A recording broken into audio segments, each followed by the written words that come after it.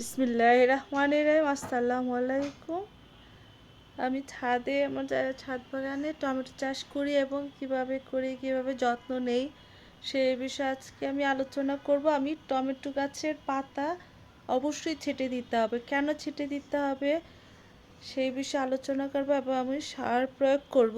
কোন সার প্রয়োগ করলে গাছে দ্বিগুণ ফলন হবে, গাছের টমেটোগুলো বড় হবে সেই বিষয়ে আলোচনা করব। এবং যে পুরাতন পাতাগুলো অবশ্যই কেটে দিতে হবে। কেন কেটে দিতে হবে সেটা আলোচনা করব।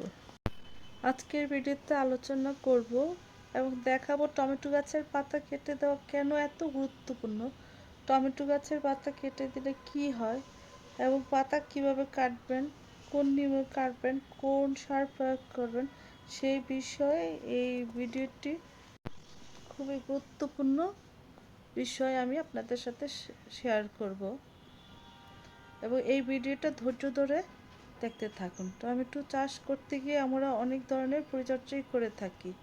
এক এক সময় এক একটা পরিচর্যার প্রয়োজন হয়। যেমন সারের ব্যবহার করি গাছে এবং রোগবালাইয়ের জন্য ওষুধ স্প্রে করতে হয় গাছে যেন পোকামাকড় না হয়, করতে হয়। এবং এই যে দেখুন আমার গাছের এই যে বড় বড় পাতা, এক একটা পাতা মনে হয় যে এক একটা ডালের সমান, এগুলো আমি কেটে দিচ্ছি। কেটে দিলে নিচের যেই গাছটা আলো বাতাস পাবে, সূর্যের আলো থেকে গাছ খাবার গ্রহণ করতে পারবে। টমেটোগুলো আলো বাতাস পেয়ে টমেটোগুলোর সাইজগুলো বড় হবে। আমি এই যে দেখুন চিপা চাপা যত যে পাতাগুলো আছে এগুলো কেটে দিচ্ছি। এই পাতাগুলো কিন্তু খাবার গ্রহণ করতে পারে না, বরঞ্চ গাছের খাবারগুলোই টেনে খেয়ে ফেলে এবং উপরের তখন খাবারের ঘাটতি হয়। সেজন্য নিচের এই যে পুরাতন পাতাগুলো কেটে দিতে হবে। আমরা যদি গাছের মায়া করে থাকি, যে মায়া করে গাছের ডালগুলো না কাটি, তখন কিন্তু ফলন সেভাবে আমরা পাবো না। তাই আমাদের গাছের কিছু মায়া ত্যাগ করে আমাদের এই যে পুরাতন পাতাগুলো অবশ্যই কেটে দিতে হবে। এই যে আমি সবগুলো পাতা নিচের দিকে কেটে দিচ্ছি। কেটে কিন্তু পাতাগুলো ওখান থেকে সরে ফেলতে হবে, না হয় পাতাগুলো আবার থেকে গাছে ভাইরাস হতে পারে, যেহেতু কাঁচা পাতা গাছের গোড়ায় রাখা যাবে না। আমি এক এক করে সব গাছের পাতাই কেটে দিচ্ছি।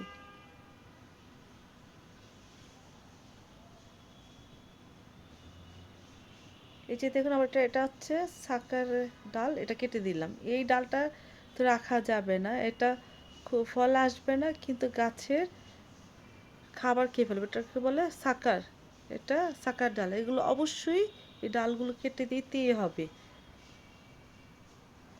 তাহলে গাছটা উপরে এবং গাছটা মোটা হবে, শক্তিশালী হবে, ফলনের মাত্রা বেড়ে যাবে আপনি যদি সাকার ডালগুলো কেটে দেন। সাকার ডাল হচ্ছে গাছ থেকে খাবার খেয়ে ফেলা, তাই সাকার ডালগুলো কেটে দিতে হবে। সুন্দর করে পরিষ্কারভাবে কেটে দিয়ে এই যে আমি প্রত্যেকটা গাছের সাকার ডালগুলো কেটে দিয়েছি। তার আগে একবার কেটে দিয়েছিলাম, এখন আবার কেটে দিচ্ছি। এই যে দেখুন আমি আগাছাগুলো পরিষ্কার করে দেবো। গাছের নিচে যত আগাছা থাকবে সবগুলো পরিষ্কার করে দিয়ে মাটিগুলোকে আলগা করে দিতে হবে। যে আমি সবগুলো গাছেরই আমি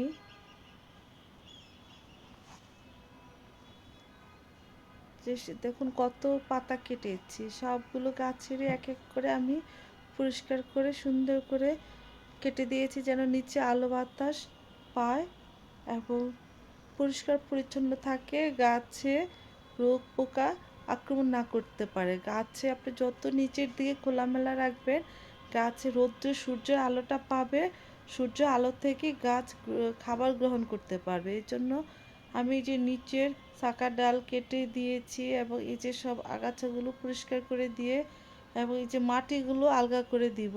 যে শিকড় দেখা যাচ্ছে, খাবারের সন্ধানে গাছ উপরের দিকে শিকড় ছেড়ে দিয়েছে, গাছ নিচ থেকে খাবার গ্রহণ করতে পারে না, গাছ সবসময় উপরের দিকে থেকেই খাবার গ্রহণ করে, তাই শিকড় উপরের দিকে উঠে আসে। তাই আমাকে মাটিগুলো একটু আলগা করে দিতে হবে যেন অক্সিজেন পায় এবং খাবার আর উপর থেকে খাবার নিতে পারে। তাই মাটিগুলোকে আলগা করে দিব। গাছের গোড়ার প্রত্যেকটা গোড়ার মাটি আমি আলগা করবো। এই যে শিকড় দেখা যাচ্ছে, এই শিকড়গুলো আপনি যদি মাটি দিয়ে ডেকে দেন গাছটা আরও মোটা হবে।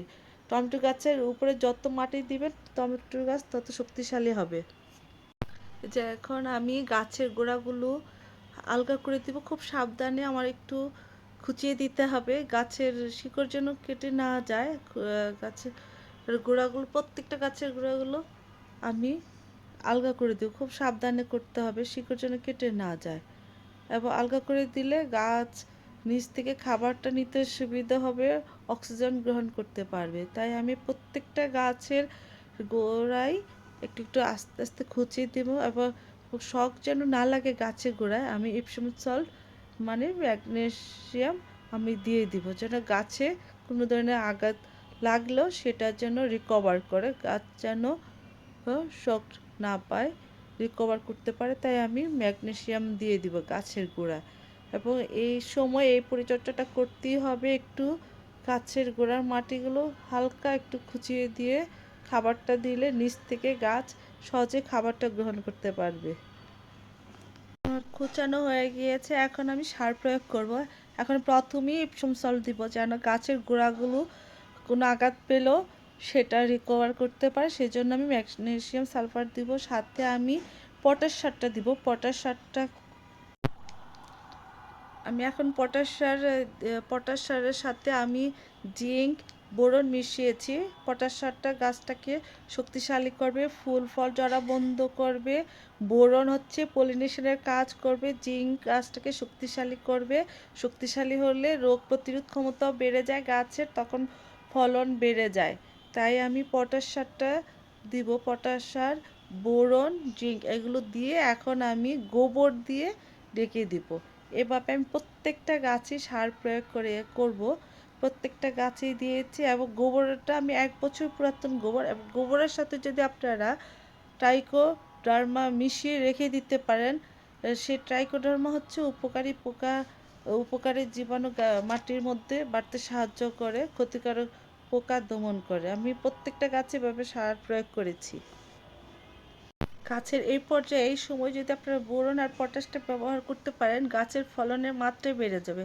যেহেতু ফুল আসবে তাই পটাশ ফুল ঝরা বন্ধ করবে, বোরনও ফুল ঝরা বন্ধ করবে, ফলের পরিমাণটা বেড়ে যাবে, টমেটোর ফলনের মাত্রা বেড়ে যাবে। এই সময় আপনারা অবশ্যই পটাশ আর বোরন ব্যবহার করলে গাছে অনেক টমেটো ধরবে।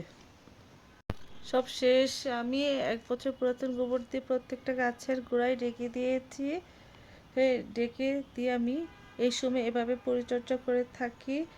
আমি এভাবে প্রত্যেক বছরই এভাবে আমি পরিচর্যা করি। আলহামদুলিল্লাহ প্রতি বছরই আমি মাশাআল্লাহ অনেক অনেক টমেটো পাই গাছ থেকে। এভাবেই আমি পরিচর্যা করে থাকি। আশা করি আমি আপনাদেরকে বোঝাতে পেরেছি আমি কিভাবে টমেটো গাছের পরিচর্যা করে থাকি। দেখুন আমার গাছের নিচেগুলো কত হালকা পাতলা হয়েছে। জঙ্গল থাকলে গাছে আসলে ফলন হয় না। গাছ যত হালকা পাতলা হবে, উপর দিয়ে গাছ ফাঁকা থাকবে, গোড়া আলো বাতাস পাবে, ততই গাছের ফলন বেড়ে যাবে। তবে সবাইকে ধন্যবাদ জানিয়ে আমি শেষ করছি। যদি কারোর ভিডিওটা ভালো লেগে থাকে প্লিজ সাবস্ক্রাইব করে লাইক দিয়ে পাশে থাকবেন। সবাইকে ধন্যবাদ জানিয়ে এখানেই শেষ করছি। আল্লাহ হাফেজ। Thanks for watching.